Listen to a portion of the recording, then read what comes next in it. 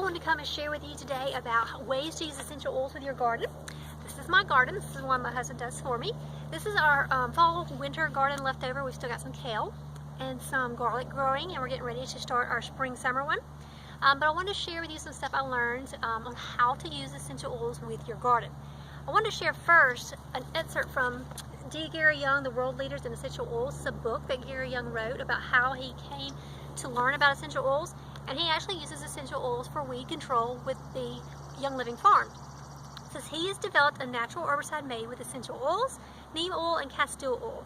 His pest control spray is a combination of cinnamon, palo santo, basil, Idaho tansy, pine, and citronella with neem oil as carrier oil. So know that Young Living uses all organic and natural ways for their fields, and so we should do the same with our gardens.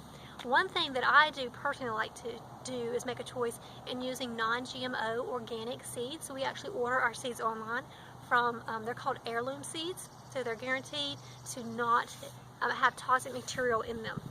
Okay, ways to use essential oils with your plants in your garden. Okay, there are plants that are called companion plants.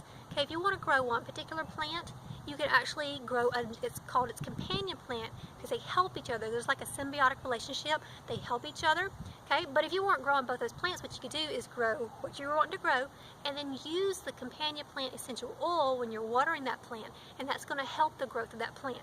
So I'm going to include a graphic that shows you which essential oil to use for what product that you're growing. But to give you an example, like green beans, you can water it with lavender and basil essential oils, or if you're trying to grow tomatoes, you can water it with basil essential oil. And essentially what you're going to do, you're going to mix 6 drops of that essential oil to 2 gallons of water, and then that's considered your solution. And then you're going to fill your watering can half full with the solution, and then fill the rest up with water, and you're just going to water your plants. Okay, super easy. They've also got some ideas for trees, like if you've got apples or grapes, they like lavender essential oil, or even roses. If you've got plants, they like either basil or hyssop. Okay, so using the companion plant and its essential oil is one way to use that for your garden. Another way is for mildew and fungus protection. Okay, 3 particular oils that are really good for that are patchouli, tea tree, which is Melaleuca A, and Melaleuca Q.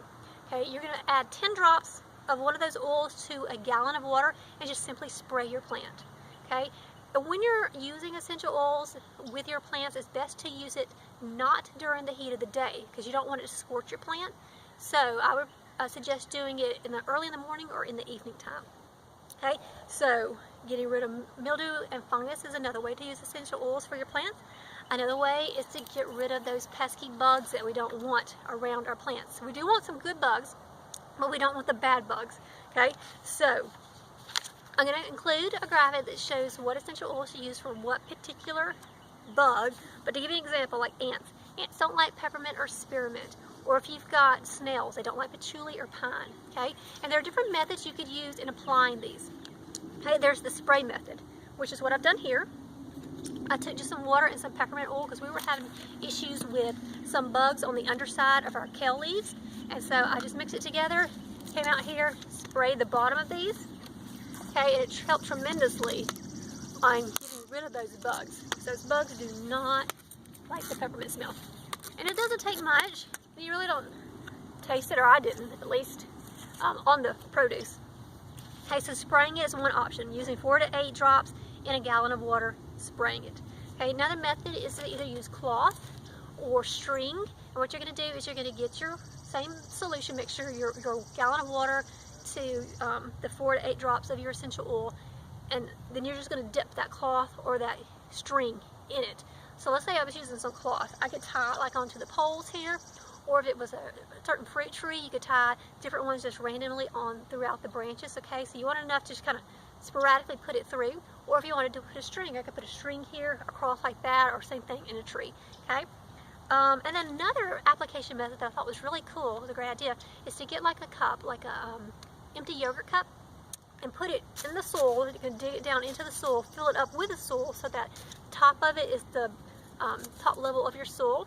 And essentially, if you don't want those crawling creatures, you can put some of the stronger smelling essential oils like peppermint, thyme, or eucalyptus, and you're just going to pour 4 drops or so on top of the soil where that cup is underneath. Okay, so it's really cool because the little mice and all these little crawling critters don't like the smell of those oils. Okay, well, what about if you want to get rid of like cats? Say you've got a tomcat in the neighborhood, keeps coming by. What you could use, the same method, you can use the cloth or the string method, but you're going to use rosemary. Cats don't like the smell of rosemary, okay, so that's one option there. Or if you've got larger mammals like dogs or something like that, you can try black pepper. They don't like the smell of black pepper, so if you want to try to keep them away from your garden, you know, dip them in the cloth, tie the cloth around, and have that smell around to get rid of things like that, okay?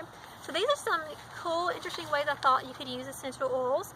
One last thing I want to share is, what about if you get stung? Okay, this is the season where the bugs are coming out, the bees, the wasps, the ants.